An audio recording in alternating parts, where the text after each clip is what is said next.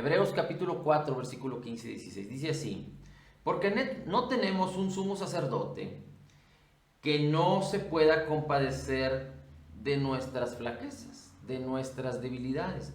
La palabra flaqueza, debilidad en el griego es la misma palabra que se utiliza cuando el apóstol Pablo describe en lo que acabamos de leer en Corintios.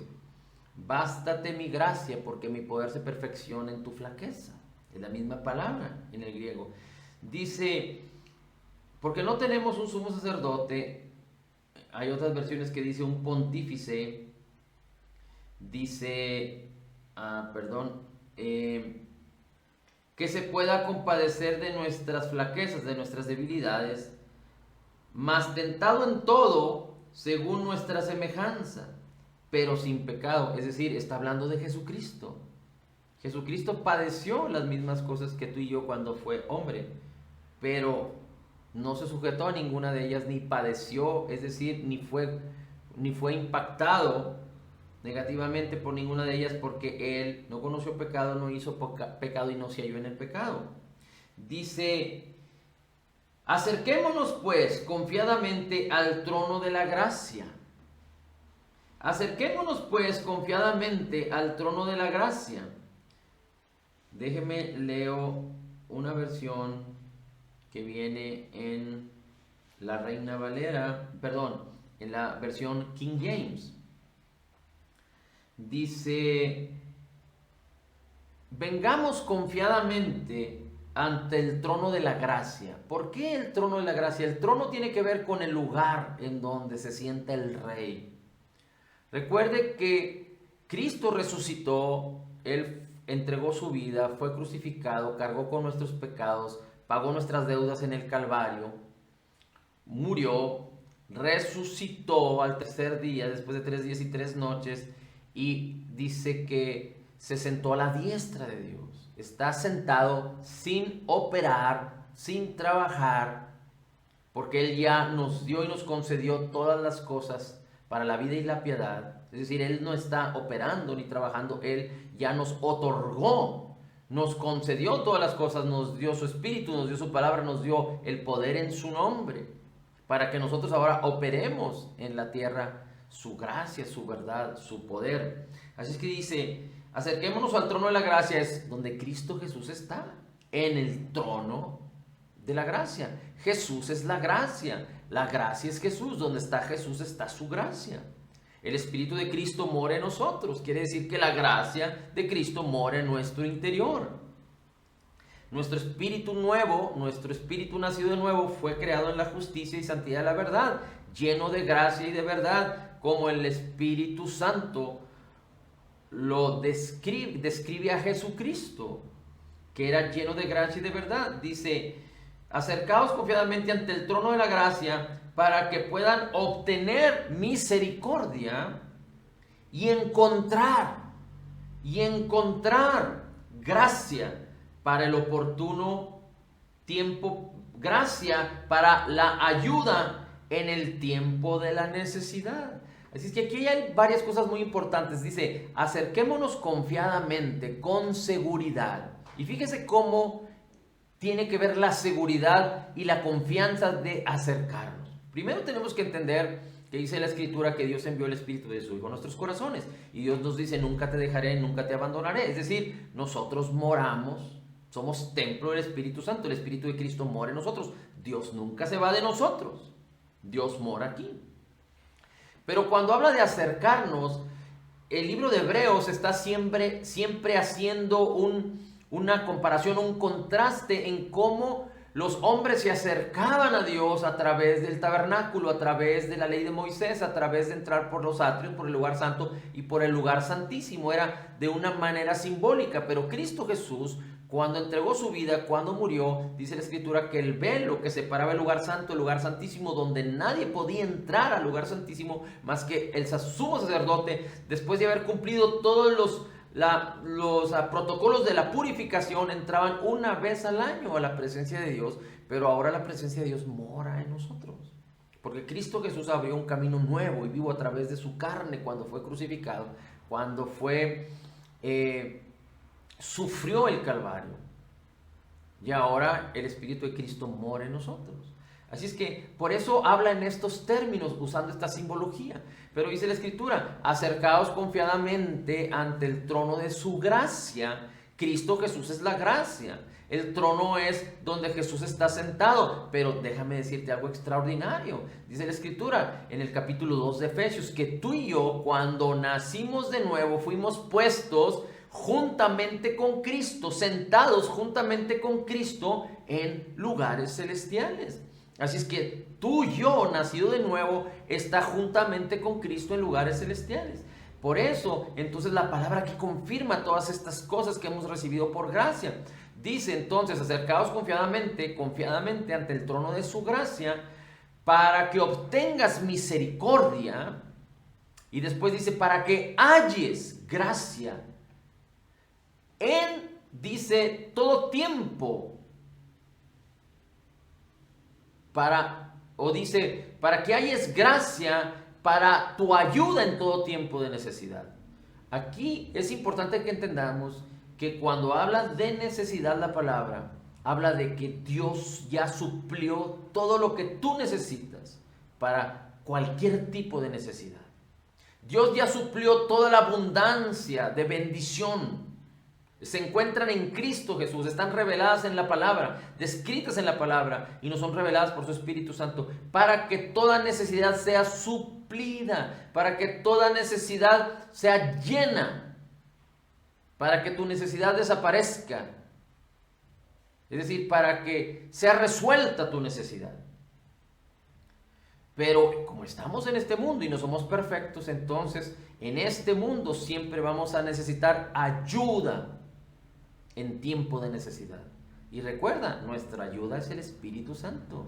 Romanos 8 dice que el Espíritu Santo nos ayuda en nuestras debilidades y utiliza otra vez la misma palabra.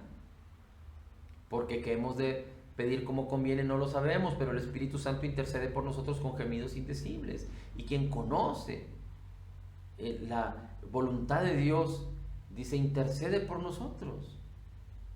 Mismo Cristo, en Romanos 8 dice que intercede por nosotros también.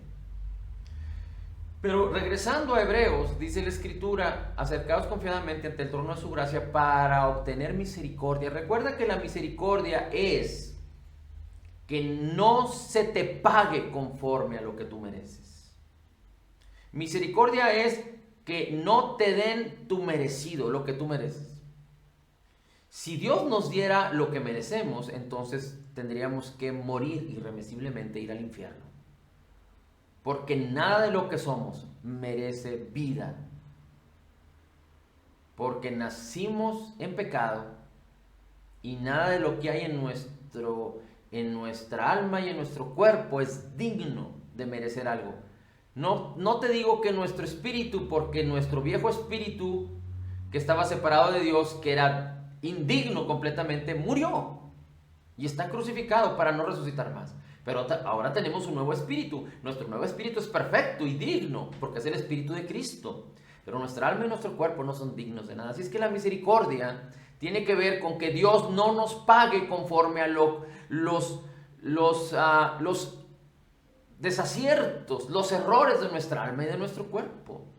Para que Dios no nos pague conforme a nuestros pecados. Dice la Biblia que la paga del pecado es muerte. Pero la gran noticia de salvación del Evangelio es que todos nuestros pecados, pasados, presentes y futuros, fueron perdonados y las culpas fueron pagadas antes de que nosotros pecáramos. 2000 años atrás, por Cristo Jesús en el Calvario. Así es que hallar misericordia es que tenemos que entender que Dios nunca nos va a responder conforme a nuestras maldades, conforme a nuestros méritos, ni buenos ni malos. Porque Cristo Jesús pagó de manera anticipada.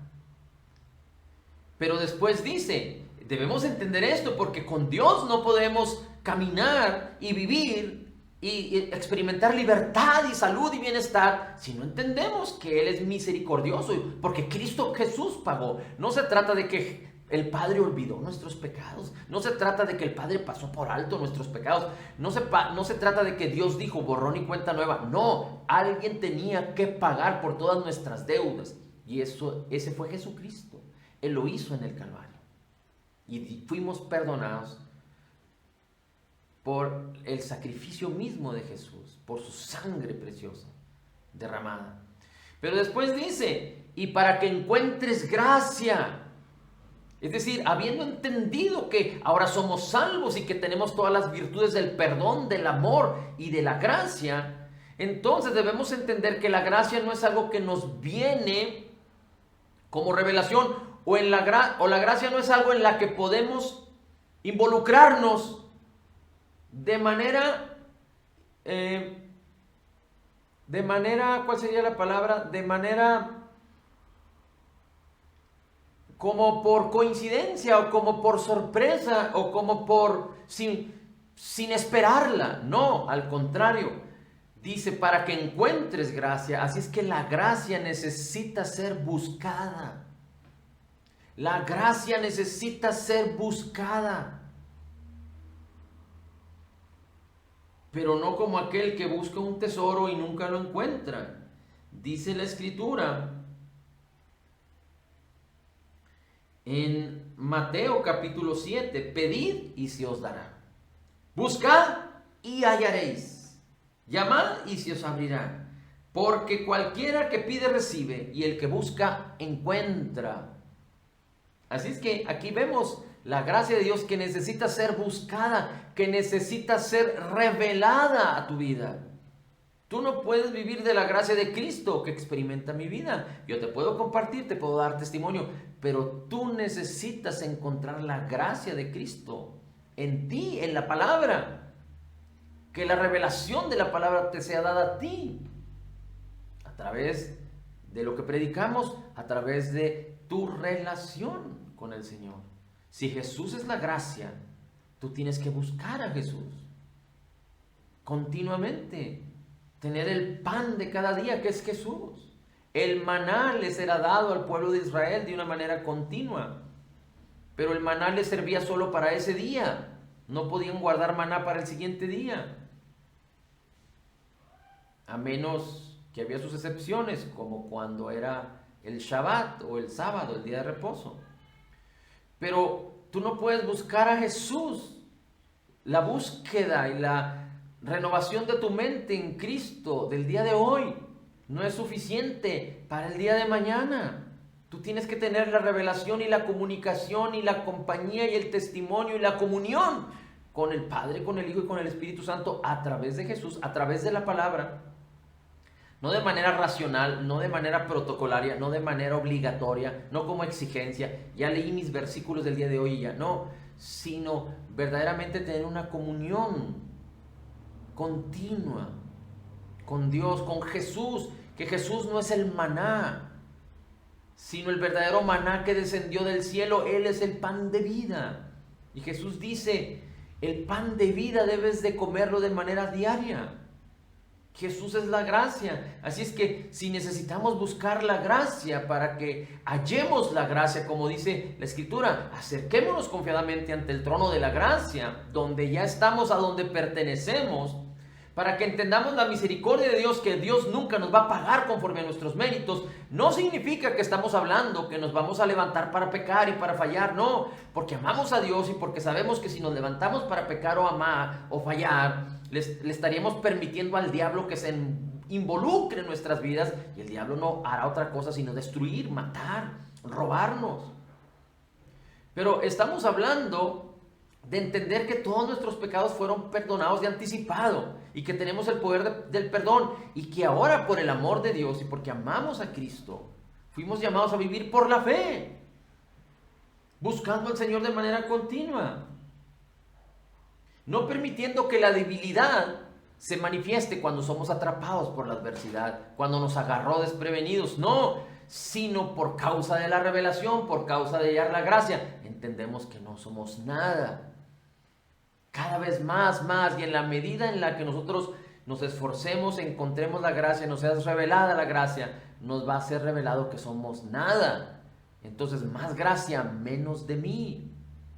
Más gracia, menos de mí. Pero Dios no puede quitar de mí Hay muchas veces que el creyente dice, más de ti, menos de mí, pero Dios no puede operar eso de manera automática. Tú lo tienes que hacer. Para que haya más de Dios, más de su gracia y menos de ti, tú necesitas encontrar la gracia, buscar la gracia y la encontrarás de manera continua. Entre más abunde la gracia, menos abundarás de ti. Y cuando la adversidad se presente, cuando las situaciones se presenten en el día con día, porque los creyentes sufren y viven situaciones diarias, entonces tú podrás entender que la gracia es suficiente para que el poder de Dios se manifieste en tu debilidad, trayendo salud, trayendo restauración, trayendo libertad económica, trayendo todas las respuestas que tú necesitas para cada necesidad. Dice entonces Romanos capítulo 8, versículo 18, y con esto vamos a terminar. Dice, porque los sufrimientos de este tiempo presente, aunque el apóstol Pablo se refería más particularmente, su vida estaba llena de sufrimientos, pero no de lo que Cristo Jesús ya nos redimió. Pablo no estaba sufriendo de enfermedad porque no creía en la salud que Cristo nos conquistó. Pablo no estaba creyendo en la escasez porque desconocía que en Cristo Jesús hemos sido enriquecidos y nos ha dado el poder de hacer las riquezas, porque desconocía la ley de la siembra y la cosecha. Pablo no estaba sufriendo maldición, culpa, condenación, porque desconocía que tenemos el perdón de los pecados y la vida eterna. No, al contrario, Pablo es el que predica. A Pablo le fueron reveladas todas estas bendiciones. Pero Pablo sufría por el Evangelio. Pablo sufría por el Evangelio, pero aquí el apóstol Pablo está hablando de no solo sufrir por el Evangelio, sino cualquier tipo de sufrimiento. Recuerda, si alguien está sufriendo de algo que Cristo Jesús ya nos redimió, es muy importante tener la revelación de lo que Cristo ya hizo por nosotros y poder entrar en esa gracia a través de buscarla y encontrarla. Dice, pero los sufrimientos de este mundo presente, los sufrimientos de este tiempo presente, no son dignos de comparación. Fíjate cómo dice, los sufrimientos de este tiempo presente no son dignos de compararlos con la gloria que será revelada en nosotros.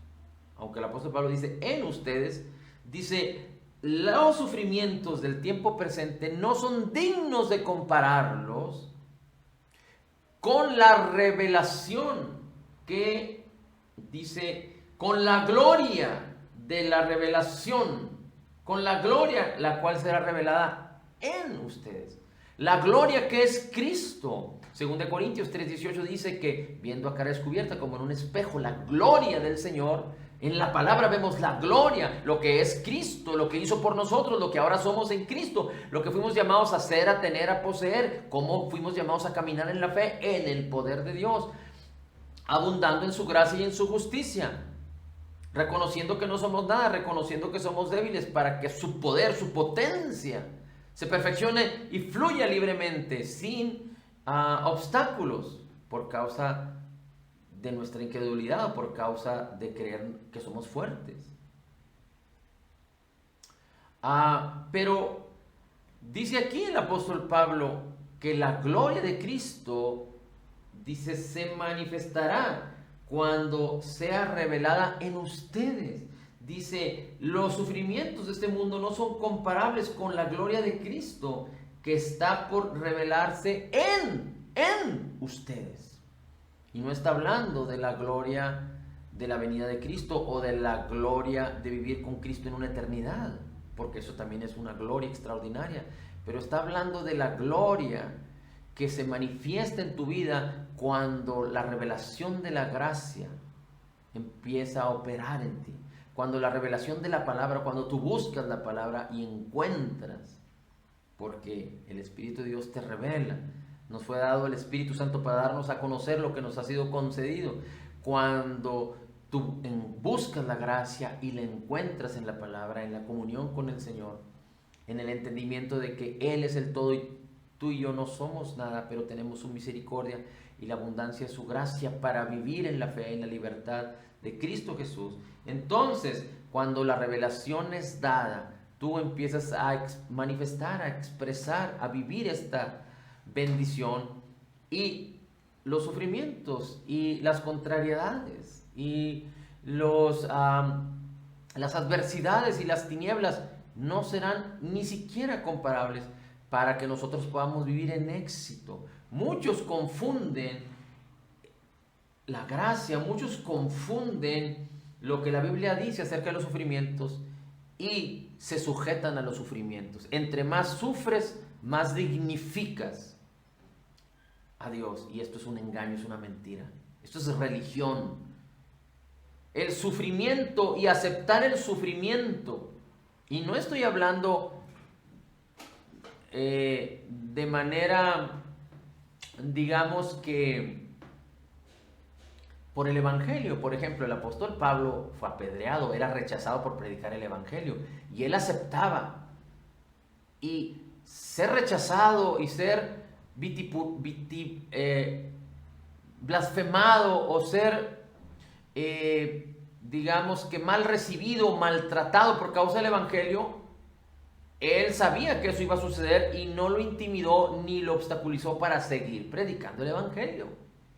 Por ejemplo, el apóstol Pablo sabía que Dios es el proveedor y es la fuente de nuestra provisión, pero cuando el apóstol Pablo tenía, ayudaba, y el apóstol Pablo sabía vivir en necesidad, en el sentido de que él podía dar todo lo que tenía, porque sabía que Dios era su provisión, y podía sufrir hambre por causa del Evangelio, por causa de ayudar a otros, pero no porque no creyera en la virtud de la siembra y la cosecha.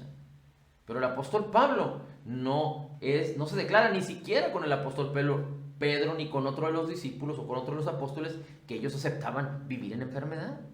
Pero hay muchos que religiosamente aceptan vivir en enfermedad, vivir en rechazo en la sociedad, vivir con los problemas con los hijos, pero no por causa del Evangelio, por causa de su religión. Y esto es completamente incorrecto.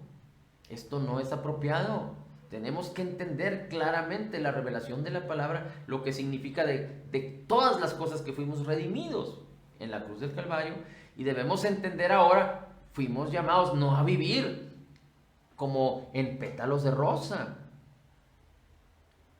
como si nos fuéramos a las montañas y tuviéramos todos los recursos para vivir sin problemas. No, fuimos llamados a ser luz en medio de las tinieblas. Fuimos llamados a ser la sal de la tierra. Fuimos llamados a vivir en un mundo de contrariedades, pero cuando la paz y el amor nos gobiernan, cuando la gracia fluye en nuestras vidas, cuando el perdón fluye hacia los demás, cuando la compasión de Cristo emana, cuando somos rechazados por la palabra y aún así amamos.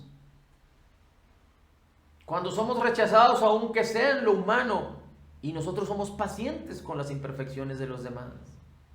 Cuando podemos ejercitar la clase de amor que Dios ha vertido en nosotros por la fe.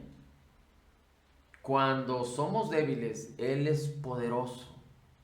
Pero no permitas que los problemas te hagan entender que eres débil, sino la gracia, que la revelación de su palabra, que la revelación de su gracia en tu vida te haga entender que no eres nada. Como David. David no se presentó ante Goliat para ser apaleado y ser tumbado y ser casi muerto para después entender que era débil. David se presentó ante Goliat. Ni siquiera pudo cargar la vestimenta de un soldado porque era muy pesada para él. Pero David se presentó siendo un muchacho ante un poderoso guerrero de un ejército contrario que deseaban la muerte. Aquel hombre, aquel paladín, Goliat, lo vituperó, lo insultó, le dijo que no era nada, le dijo que venía con palos como si él fuera un perro, y lo acusó y le habló palabras de muerte.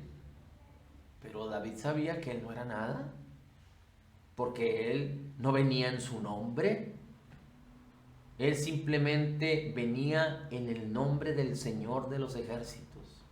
Y de una manera extraordinaria, David venció a Goliat. De una manera maravillosa. ¿Podía haber hecho algo David en sus fuerzas? No. ¿Podía haber hecho algo Daniel, el profeta, en sus fuerzas ante una manada de leones hambrientos, en donde fue Daniel echado para ser comido y que sus huesos fueran quebrados por los leones? ¿Podía hacer algo? Él estaba en esos momentos incapacitado. Era débil completamente. Pero Daniel no llegó de improviso. Daniel no llegó por desconocimiento o de sorpresa. Daniel buscaba al Señor de mañana, al mediodía y en la noche. A Daniel le fueron reveladas las profecías. No porque Daniel fuera algo importante, sino porque Daniel buscaba y Dios le revelaba. Daniel llamaba y Dios le hablaba. Daniel podía caminar en la palabra fiel y verdadera de las escrituras descritas en los salmos, que decía: por cuanto me ha puesto su amor, yo también lo libro, lo pongo en alto, por cuanto ha conocido mi nombre, me invoca y yo le respondo, con él estoy en todo tiempo, aún en la angustia, lo libro y le glorifico, pues ya lo he saciado de larga vida y le he dado mi salvación. Eran palabras del salmista David, aquel que peleó contra Goliat. David no fue de improviso, no se le ocurrió de repente. El Espíritu de Dios estaba con él. Él ya había sido ungido por Dios mismo, no por la mano de los hombres, aunque fue a través de Samuel, pero por Dios mismo, porque Dios lo escogió y el Espíritu de Dios estaba sobre David. ¡Wow! Pero qué extraordinario que el Espíritu de Dios, el Espíritu de Cristo está en ti para que sean manifiestas las glorias de Cristo en ti, a través de ti, y el Espíritu de Dios está sobre ti. Pero no debemos ser necios, fríos, insípidos, desanimados, negligentes, para esperar que las cosas, para que seamos puestos en situaciones que nos caigan por sorpresa. No, seamos prevenidos. Insistamos una y otra vez, busquemos una y otra vez. No deseemos la palabra de un domingo y vivir por ella toda la semana, sino busquemos al Señor de manera continua, esforcémonos en la gracia, buscando la gracia para ser hallada y que el Espíritu de Dios nos revele y estar siempre listos para emanar la gracia que hemos recibido, el amor que hemos recibido, la misericordia que hemos recibido a favor de otros, el poder que hemos recibido a favor de otros. Y en la medida en la que seamos un canal de bendición, somos una bendición porque nadie puede dar como fruto lo que no es. Y tú eres en Cristo Jesús más que vencedor. El Espíritu de Dios mora en ti, todo lo que hay en ti está listo para dar fruto y fluir sin obstáculos. Cuando entendemos y reconocemos que Él se hace fuerte, es decir, Él es fuerte, pero Él manifiesta su poder y su potencia cuando nosotros no ponemos obstáculos, porque entendemos que somos débiles. Cuando buscamos la revelación de su gracia, entendemos la revelación de su gracia, conocemos la revelación de su gracia, creemos en la revelación de su gracia, porque Él nos las revela al poner nuestros ojos, nuestra boca, nuestros oídos, nuestra mente y nuestro corazón en su preciosa y maravillosa palabra. Gracias, Padre, te damos en el nombre de Jesús, porque tú eres poderoso, fuerte y potente en nuestras vidas. Y nosotros permitimos que todo esto fluya cuando somos débiles. Y declaramos en el nombre de Jesús que en Cristo somos totalmente perdonados y sanados. En Cristo somos perfectamente justificados. En Cristo somos altamente favorecidos. En Cristo somos profundamente amados. En Cristo somos grandemente bendecidos. Somos la justicia de Dios en Cristo Jesús. Y recibimos de la abundancia de tu gracia y del regalo gratuito de tu justicia por la revelación de tu palabra, Señor. Y podemos decir que como tú eres, así somos nosotros en este mundo. Gracias, Señor Jesús. Recibimos de la abundancia de tu gracia y del regalo de tu justicia. Somos la justicia de Dios en Cristo. Y entonces decimos, todo lo puedo en Cristo que me fortalece. Amén, amén y amén.